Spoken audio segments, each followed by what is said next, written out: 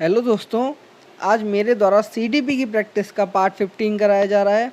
चलिए स्टार्ट करते हैं आज के पहले क्वेश्चन से। विस्मृति के कितने प्रकार हैं? A2, B3, C4 और D5।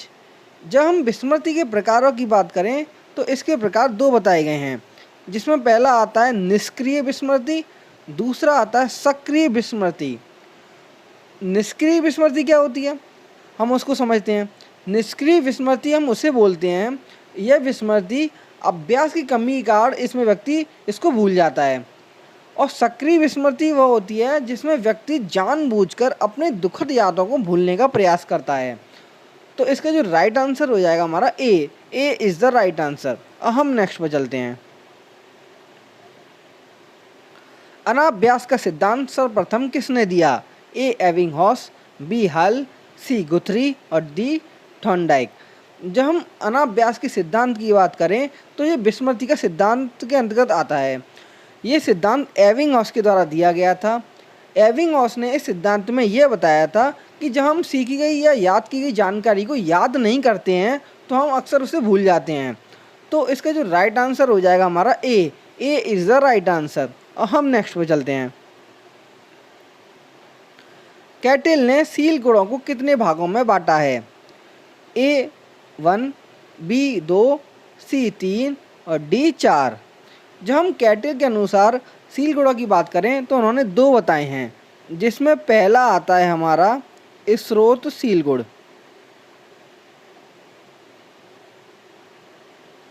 स्रोत सील गुण, और दूसरा आता है हमारा सतही सील गुण।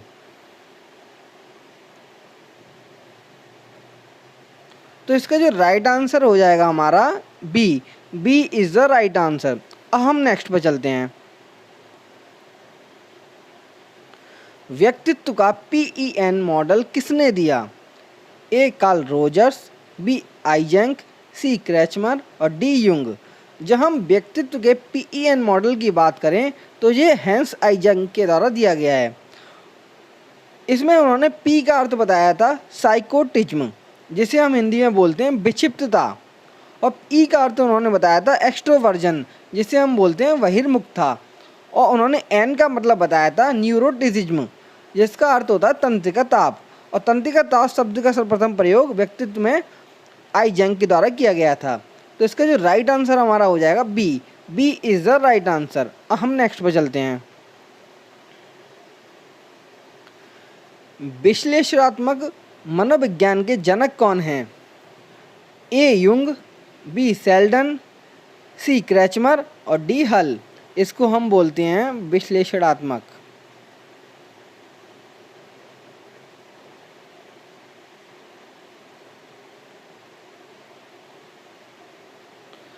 तो जो हम विश्लेषणात्मक मनोविज्ञान के जनक की बात करें तो ये युंग को बोला जाता है। युंग फ्रायड से बहुत प्रभावित थे और युंग के द्वारा ही व्यक्तिगत अचेतन और सामूहिक अचेतन का शब्द दिया गया था, उनके द्वारा ही। तो इसका जो राइट आंसर हमारा हो जाएगा A is the right answer. अब हम नेक्स्ट पर चलते हैं। बाल्यावस्था में साहसी कार्यों एवं भ्रमण की प्रवृत्ति का विकास होता है, यह कथन किसका है? ए वर्ट, बी स्ट्रेंग, सी फ्रायड और डी रॉस। जब हम इस कथन की बात करें तो ये कथन वर्ट के द्वारा दिया गया है। इसका जो राइट आंसर हो जाएगा हमारा A is the right answer. हम नेक्स्ट पे चलते हैं। मस्तिष्क उद्वेलन विधि के जनक कौन हैं? ए ऑसबर्न, बी मन, सी डेविड मिलर और डी ड्रेवर। जब हम मस्तिष्क उद्वेलन विधि की बात करें तो इसको हम ब्रेन स्टॉर्मिंग मेथड भी बोलते हैं। ये इसके जनक ऑसबर्न को कहा जाता है। इस विधि से आशय है कि इस विधि में एक समस्या को विभिन्न व्यक्तियों को दी जाती है और विभिन्न व्यक्तियों से ये कहा जाता है कि आप इस समस्या का समाधान नवीन रूप से प्रत्येक व्यक्ति द्वारा अलग अलग रूप से किया जाए। ये मस्तिष्क उद्वेलन विधि में कहा जाता है। तो इसका जो राइट आंसर हो जाएगा हमारा A is the right answer. अब हम नेक्स्ट पे चलते हैं, जो आज का अंतिम क्वेश्चन है। उद्दीपक निष्पादन अधिगम का सिद्धांत के प्रतिपादक कौन हैं? ए टॉलमैन, बी थॉर्नडाइक, सी हल और डी गुथरी। जब हम इस सिद्धांत की बात करें तो ये सिद्धांत टॉलमैन के द्वारा दिया गया है। टॉलमैन के सिद्धांतों के कुछ अन्य नाम भी हैं, जिसमें उनके सिद्धांतों का में पहला आता है अव्यक्त अधिगम, चिन्ह अधिगम और स्थान अधिगम। तो इसका जो राइट आंसर हमारा हो जाएगा A is the right answer. तो मेरे द्वारा आपको आज CDP की प्रैक्टिस का पार्ट 15 कराया गया है। यदि आपको ये वीडियो अच्छी लगी हो तो please like, share and subscribe करें एंड थैंक यू।